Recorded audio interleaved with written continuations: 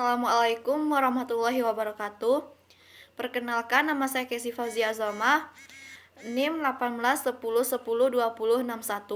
Saya dari kelompok 5 yang akan mempresentasikan makalah saya yang berjudul Ijaroh.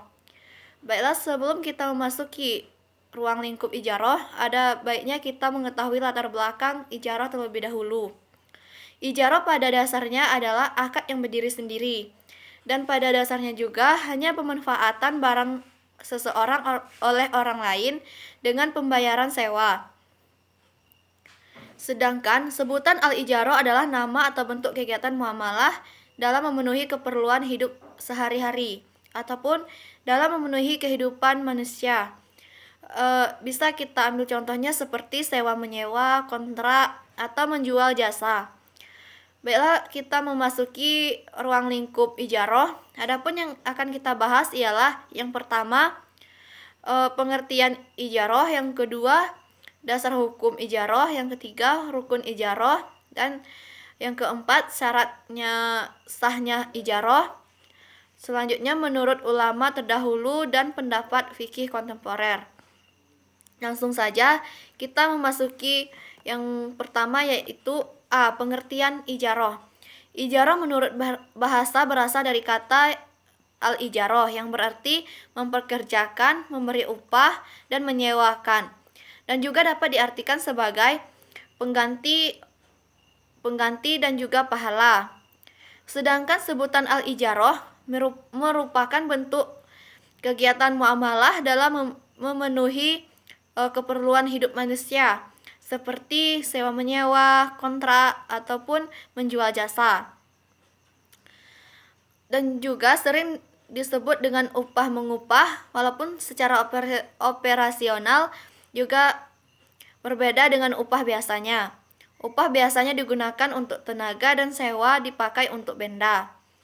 Sedangkan pengertian ijaroh secara terminologi menurut ulama Hanafiyah, sebagaimana yang dikutip oleh Hasrun Harun, adalah transaksi terhadap sesuatu pemanfaatan dengan imbalan.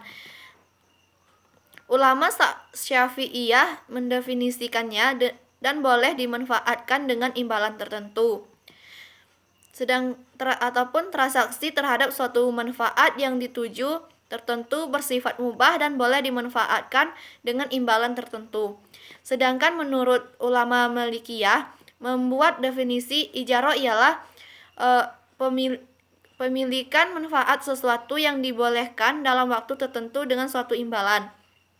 Nah, dari 3 definisi tersebut dapat kita simpulkan bahwa pengertian ijaroh adalah pemanfaatan sesuatu yang diperbolehkan dalam waktu tertentu dengan imbalan tertentu. Jika yang dimanfaatkan itu berupa tenaga, maka imbalannya itu ialah upah. Baiklah, langsung saja. Yang terpenting dalam dikatakan sebagai ijaroh ataupun dapat dikatakan sebagai ijaroh apabila telah memenuhi 4 syarat ataupun 4 unsur menurut fatwa dewasa syariah nasional. Yang pertama, al-ijaroh al-muntahiyah bitamlik. Al-ijaroh muntahiyah bitamlik ialah sejenis perpaduan antara kontrak jual beli dan sewa menyewa, atau lebih tepatnya akad sewa yang diakhiri dengan kepemilikan barang dengan si penyewa. Yang kedua, bentuk al-ijaroh al-muntahiyah bitamlik ialah bentuk al-ijaroh ini sebagaimana bergantung pada apa yang disepakati kedua belah pihak yang telah berkontrak ataupun yang sedang melakukan sewa menyewa. Yang ketiga, aplikasi dalam perbankan. Bank-bank Islam yang mengoperasikan produk al-ijaroh dapat melakukan leasing baik dalam bentuk operating leasing maupun financial leasing. Yang keempat, manfaat dan risiko yang harus diantisipasi, yaitu manfaatnya ialah untuk bank ada keuntungan sewa dan kembalinya uang pokok.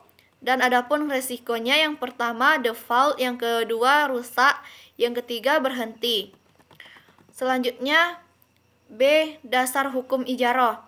Dasar hukum ijarah ada dua, yaitu Al-Quran dan As-Sunnah. Di dalam Al-Quran telah diatur yaitu di dalam surat Al-Zukhruf ayat 32. Yang kedua telah disebutkan juga di dalam surat At-Tolak ayat 6. Dan yang ketiga di dalam surat Al-Qasas ayat 26. Dan juga dasar hukumnya telah disebutkan di dalam As-Sunnah. Baiklah, selanjutnya kita masuk ke poin yang kecil, ialah macam-macam al-ijarah. Dilihat dari objeknya, akad al-ijarah dapat dibagi menjadi dua. Yang pertama, al-ijarah yang bersifat manfaat, yaitu seperti sewa menyewa rumah, toko, kendaraan, pakaian, dan perhiasan. Yang kedua, al-ijarah yang bersifat pekerjaan, ialah dengan cara mempekerjakan seseorang untuk melakukan suatu pekerjaan dengan memberikan suatu imbalan. Selanjutnya kita memasuki yang poin ke-D, yaitu rukun ijarah. Rukun ijarah yaitu yang pertama ada subjek, adapun pembagiannya dengan menutup aurat, balik, dan berakal. Yang kedua ijab kabul, yang ketiga objek, yang keempat sigat, dan yang kelima upah. Selanjutnya kita memasuki poin yang ke-E, yaitu sahnya sewa menyewa.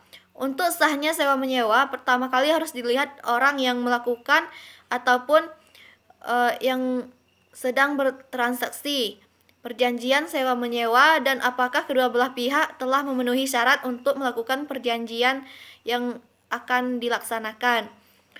Unsur yang terpenting untuk yang diperhatikan ialah kedua belah pihak itu cakap bertindak dalam hukum ataupun disebut dengan dewasa. Sedangkan untuk sahnya perjanjian sewa menyewa harus memenuhi syarat-syarat sebagai berikut. Yang pertama, masing-masing pihak rela untuk melakukan perjanjian. Yang kedua, harus jelas dan terang mengenai objek yang telah diperjanjikan. Yang ketiga, objek sewa menyewa dapat digunakan sesuai peruntukannya.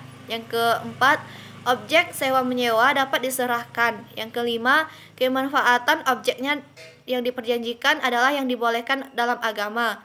Yang keenam, penyewa berhak memanfaatkan barang tersebut. Yang ketujuh, objek ijarah dalam bentuk jasa ataupun tenaga. Yang kedelapan, objek ijarah dalam bentuk barang merupakan sesuatu yang dapat disewakan. Yang kesembilan, imbalan sewa ataupun disebut dengan upah itu harus jelas. Baiklah, selanjutnya kita memasuki poin yang ke-F, yaitu jenis-jenis ijarah. Akad ijarah dapat diklasifikasikan menurut objeknya menjadi dua, yaitu yang pertama ijarah terhadap manfaat, benda-benda nyata yang dapat diindera. Yang kedua ijarah terhadap jasa pekerja. Dan juga ijarah dapat dibagi menjadi yang pertama ijarah amal. Ijarah amal digunakan untuk memperoleh jasa dari seseorang dengan membayar upah atas jasa yang diperoleh. Yang kedua ijarah ain atau ijarah mutalaka atau ijarah muri, yaitu jenis ijarah yang terkait dengan penyewaan aset tujuan untuk mengambil manfaatnya. Yang ketiga ijarah mutahiyya bitamlik, yaitu sewa menyewa antara pemilik objek sewa dengan penyewa untuk dapat mendapatkan imbalan atas objek yang telah disewakan.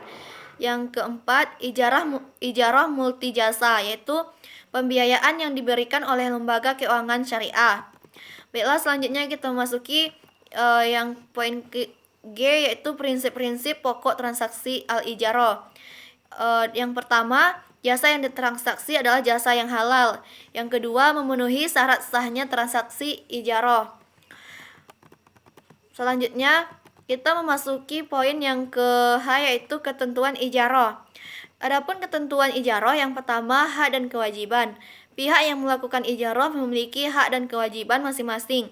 Yang pertama, pemberi sewa, yang kedua, penyewa, yang ketiga, berkaitan dengan pemeliharaan terhadap aset yang disewa. Selanjutnya kita memasuki yang ke poin yang ke I, yaitu skema ijarah. Adapun skema ijarah, yang pertama ada penjual atau supplier, yang kedua objek sewa, yang ketiga nasabah.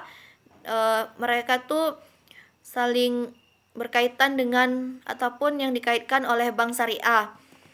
ketentuan skemanya telah dijelaskan di dalam makalah saya ataupun telah saya lampirkan. Langsung ke poin yang ke-J, yaitu batalnya suatu akad. Batalnya suatu akad ialah yang apabila dikarenakan adanya suatu hal-hal, yaitu yang pertama terjadinya cacat pada barang sewa, yang kedua rusaknya barang-barang yang disewakan, yang ketiga rusaknya barang yang diupah, yang keempat terpenuhinya manfaat atau diakadkan ataupun disebut dengan berakhirnya masa yang telah ditentukan dan selesainya pekerjaan. Baiklah, selanjutnya kita memasuki poin yang terakhir, yaitu yang bagian K, berakhirnya ijaroh. Apabila berakhirnya suatu ijaroh, yang pertama periode akad sudah selesai sesuai perjanjian. Yang kedua, periode akad belum selesai tetapi pemberi sewa dan penyewa sepakat menghentikan akad ijaroh. Yang ketiga, terjadi kerusakan aset. Yang keempat, penyewa tidak dapat membayar sewa. Dan yang kelima, salah satu pihak meninggal dunia dan ahli waris tidak berkeinginan untuk meneruskan akad dikarenakan memberatkan suatu beban untuk ahli waris. Nah, sekian presentasi makalah dari kelompok saya, yaitu kelompok 5. Dan jika terdapat kesalahan saya mohon maaf, dan saya menginginkan kritik dan saran dari rekan-rekan semua untuk membangun makalah saya selanjutnya. Saya akhiri dengan saya tutup billahi fisabilil haq fastabiqul khairat. Wassalamualaikum warahmatullahi wabarakatuh.